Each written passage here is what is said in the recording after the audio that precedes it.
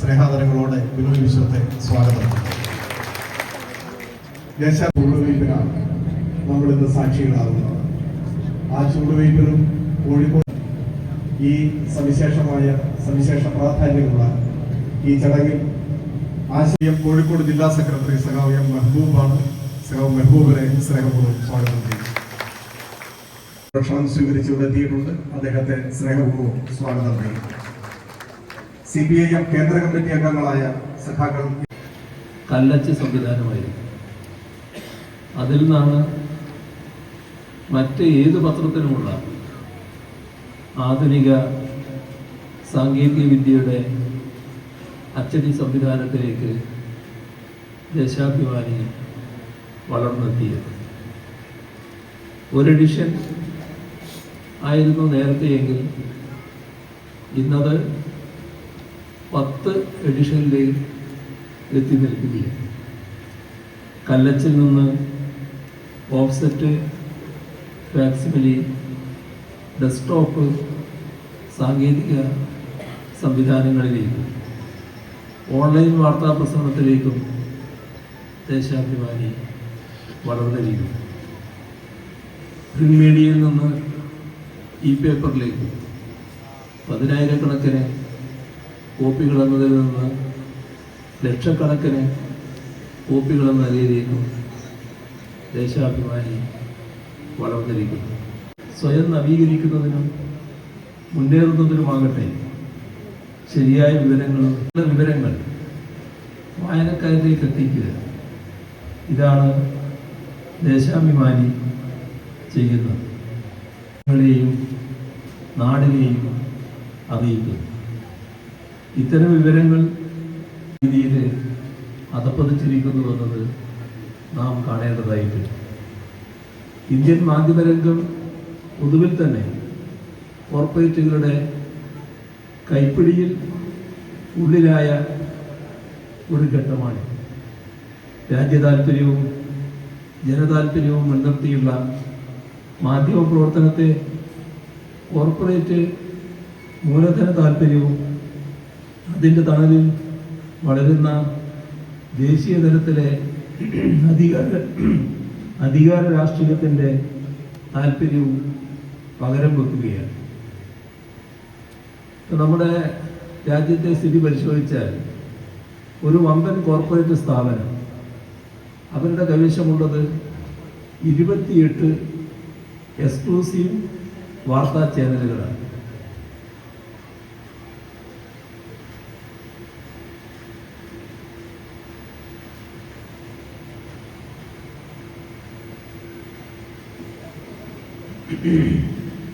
പല നാടുകളിലായി, പല ഭാഷകളിലായി പൊതുവെ നിഷ്പക്ഷം എന്ന് കരുതിപ്പോന്ന NDTV വരെ കോർപ്പറേറ്റ് പിടിയിലൊതുങ്ങിയിരിക്കുന്നു.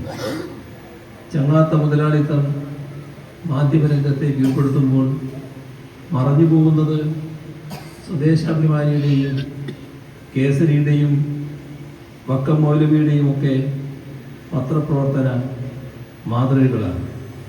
മാധ്യമങ്ങളിൽ അതും സ്വതന്ത്ര, നിഷ്പക്ഷ തുടങ്ങിയ വിശേഷണങ്ങൾ എടുത്തണിയുന്ന മാധ്യമങ്ങൾ നൽകുന്ന വാർത്തകളിൽ രാഷ്ട്രീയം കലരുന്നതിൻ്റെ ചരിത്രത്തിന് അതിലും പഴക്കമുണ്ട്. ഇവിടെ ആദ്യത്തെ സംസ്ഥാന ഗവൺമെൻറ് കേരളം രൂപം കൊണ്ടതിന് ശേഷം 1957 ഉണ്ടാകുന്നത്. ആ ഗവൺമെൻറ്റിനെതിരെ നടന്ന അട്ടിമറി സമരം, അന്നതിനെ വിമോചന സമരം എന്നാണല്ലോ വിളിച്ചിരുന്നത്.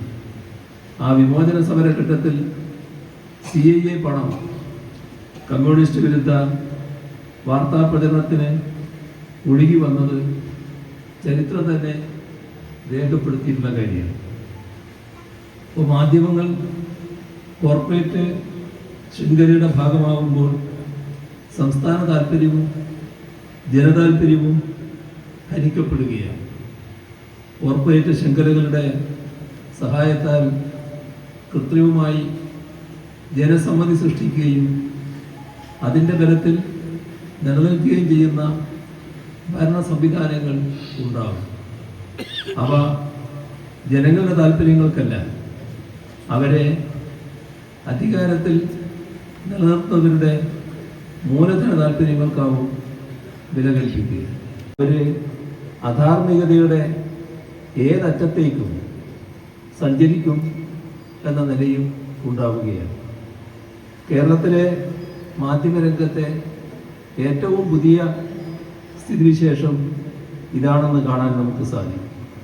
ഒരു ഇടതുപക്ഷ വിരുദ്ധ നെറേറ്റീവ് ഉണ്ടാക്കണം.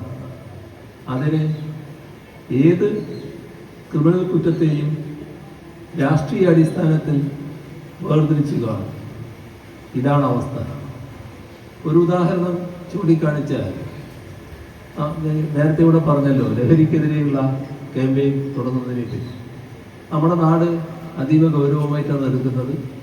നമ്മുടെ മാധ്യമങ്ങളും ലഹരിക്കെതിരെയുള്ള നല്ല പ്രചരണം ഇപ്പോൾ ആരംഭിച്ചു കഴിഞ്ഞിട്ടുണ്ട്. ഒരു സംഭവമാണ് ചൂണ്ടിക്കാണിക്കാൻ ഞാൻ ഉദ്ദേശിക്കുന്നത്. അത് കളമശ്ശേരി പോളിടെക്നിക്കിൽ വിദ്യാർത്ഥികളുടെ പക്കൽ നിന്ന് മയക്കുമരുന്ന് പിടിക്കുന്നു. അത് സ്വാഭാവികമായി നാം ഗൗരവമായി കാണേണ്ട ഒരു കാര്യം തന്നെയാണ്, സംശയമില്ല. പക്ഷേ മാധ്യമങ്ങൾ ചിലത് ആ കുട്ടികളുടെ രാഷ്ട്രീയം അന്വേഷിക്കാൻ പുറപ്പെട്ടു. അങ്ങനെ അന്വേഷിക്കാൻ പുറപ്പെട്ടപ്പോൾ തങ്ങൾക്ക് അസ്വീകാര്യമായ രാഷ്ട്രീയം അതിലൊരാൾക്കുണ്ട് എന്ന് കണ്ടെത്താൻ കഴിയും. ഉടനെ ആ വിദ്യാർത്ഥിയുടെ രാഷ്ട്രീയത്തെ മുൻനിർത്തിക്കൊണ്ടുള്ള വലിയ പ്രചരണം ആരംഭിച്ചു. പക്ഷേ ആ വിദ്യാർത്ഥി മാത്രമല്ലല്ലോ, മറ്റ് വിദ്യാർത്ഥികളുണ്ട്. അതിൻ്റെ മറ്റ് വിശദാംശങ്ങളിലേക്ക് പോകുമ്പോൾ വർദ്ധിച്ച അളവിൽ അതേ മയക്കുമരുന്ന് പിടികൂടിയ ഇയാളുടെ ഒപ്പമുള്ള മറ്റൊരാളുടെ ഭാഗമായിട്ട് വരികയാണ്. അപ്പം അയാളുടെ രാഷ്ട്രീയം ഈ പറഞ്ഞ മാധ്യമങ്ങൾക്ക് വേണ്ടപ്പെട്ട രാഷ്ട്രീയമാണെന്ന് വരുന്നു. അതോടെ ആ വിഷയം അപ്പാടെ ഉപേക്ഷിക്കുന്ന നിലയാണ് കാണുന്നത്. അത് വാളയാർ കേസാണ്. എന്തായിരുന്നു വാളയാർ കേസിൻ്റെ അവസ്ഥ എന്നത് എല്ലാവർക്കും ഓർമ്മയുണ്ടല്ലോ. കേരളം കണ്ട ഏറ്റവും ക്രൂരമായ ബാലികാ ബലാത്സംഗങ്ങളിൽ ഒന്നായിരുന്നു അത്. അതിലെ യഥാർത്ഥ കുറ്റവാളി ആരാണെന്ന് ആ നാട്ടിൽ ചെന്ന് ചോദിച്ചാൽ ആരും പറഞ്ഞു തരുമായിരുന്നു. എന്നാൽ ആ ഘട്ടത്തിലൊക്കെ ആ കുറ്റവാളികളെ മഹത്വവൽക്കരിക്കാനാണ് ചില മാധ്യമങ്ങൾ ശ്രമിച്ചത്. അതോടൊപ്പം തന്നെ ചിലരവരെ സ്ഥാനാർത്ഥിയാക്കുന്നു. അപ്പോൾ അവരെ സ്ഥാനാർത്ഥിയാക്കിയപ്പോൾ അതിനെ പ്രകീർത്തിക്കാനും ചിലർ തയ്യാറാവുകയാണ്. ഒടുവിൽ അവർ തന്നെയാണ് കുറ്റവാളി എന്ന് വന്നിരിക്കുന്നത്. അപ്പോഴോ ആ വിഷയം പൂർണ്ണമായും ഉപേക്ഷിക്കുക.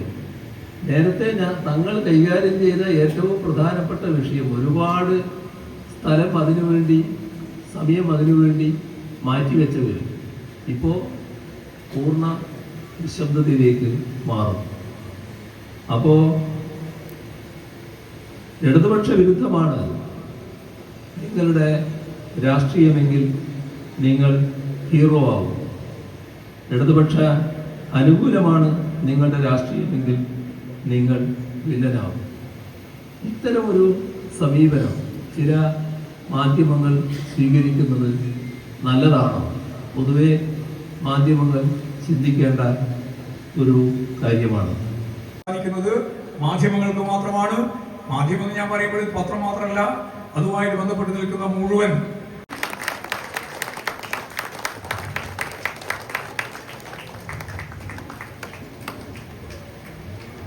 അടുത്തത് ദേശാഭിമാനി നേതൃത്വം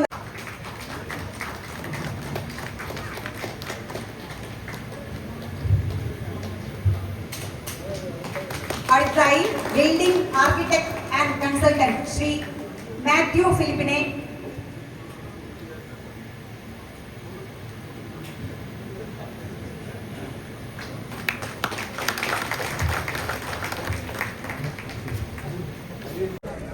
ಸಂಘದ ಪವನಕ್ಕೂ ಸಂಘ ಟಿ ನಗರಕ್ಕೂ ದೇಶಾಭಿಮಾನಕ್ಕೆ